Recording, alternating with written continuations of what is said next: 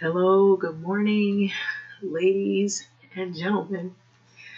So, as you know, during the summer there were a lot of protests. A lot of protests with Black Lives Matter, and New York police lacked training, used excessive force during the summer protests. The city investigation is finding. So, they're under investigation currently for the police department in New York. So I believe they want to hold them accountable for their actions. And so here you have it, New York. Out of Reuters, the New York Police Department used excessive force during the wave of protests across the city this summer against police brutality and racism, according to a report published on Friday morning by New York City Department of Investigation. So Mayor Bill de Blasio asked for an investigation in May as social media became deluged with cell phone video showing police officers dousing protesters, elected officials, and journalists with a chemical irritant, shoving and hitting them while they struggled on the ground, and in one instance, driving police vehicles into them. So this is pretty serious. So the report said that New York, which is NYPD, New York's police department response was excessive in part because most police officers involved had not received relevant training in policing protests. Specifically, so NYPD's use of force and certain crowd control tactics to respond to the Floyd protests produced excessive enforcement and contributed to a heightened tension, the Department of Investigation said in the executive summary of its 111-page report. So the daily New York City protests were a prominent part of what quickly became a nationwide and international movement, prompted in part by the anger over George Floyd, a black man that was killed by a white Minneapolis police officer, and Breonna Taylor, a black woman who was killed in her Louisville home by a white police officers during a botched raid. And that was the no-knock warrant. And so de Blasio, who repeatedly defended his police department's conduct during the protests, said that he agreed with the report's findings as well.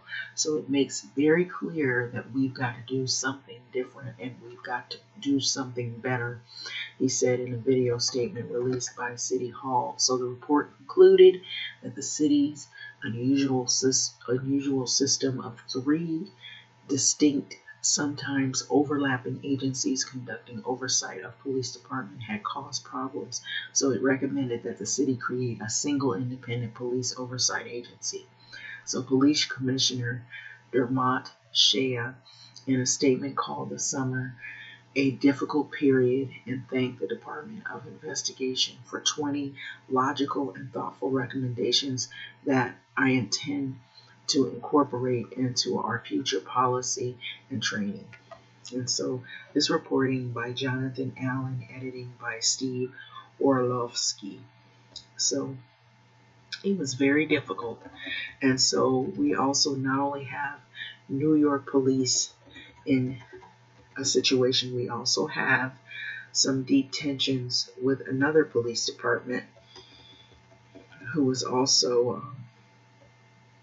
criticized. This is just basically going on the Floyd protest, and you can see a still photo of this, but you can also see more photos that basically show how they all come in line. New York police use excessive force against Black Lives Matter demonstrators, report finds. Also, we want to switch gears here. Another police department has come under fire as well, is Boston Police Department. And basically, There was an officer in the Boston, or I don't know if it was officers. Supposedly, police are investigating the Boston Police Department after an officer was caught on body cam footage talking about hitting a protester with a car. And so this is sort of in line with what has also happened in other jurisdictions like New York. So Boston police investigating after an officer on his body cam, he basically said that he wanted to hit a protester with a car, ram them, maybe even kill them. So Kelsey Lamis, and so you see the still photos of this protest as well, and it's probably in line with the same thing like what has happened, sparked a lot of protests this summer, and even ongoing. We still have some protests. They may be unrelated, but it's how to handle crowd control and whatnot. So protesters hold up their hands as they face the police after a demonstration over the death of George Floyd. So this is sort of in line with the New York protests. They're investigating this police department. A series of body camera video published in a report on Friday showed police officers in violent confrontations with protesters during demonstrations that followed the killing of George Floyd.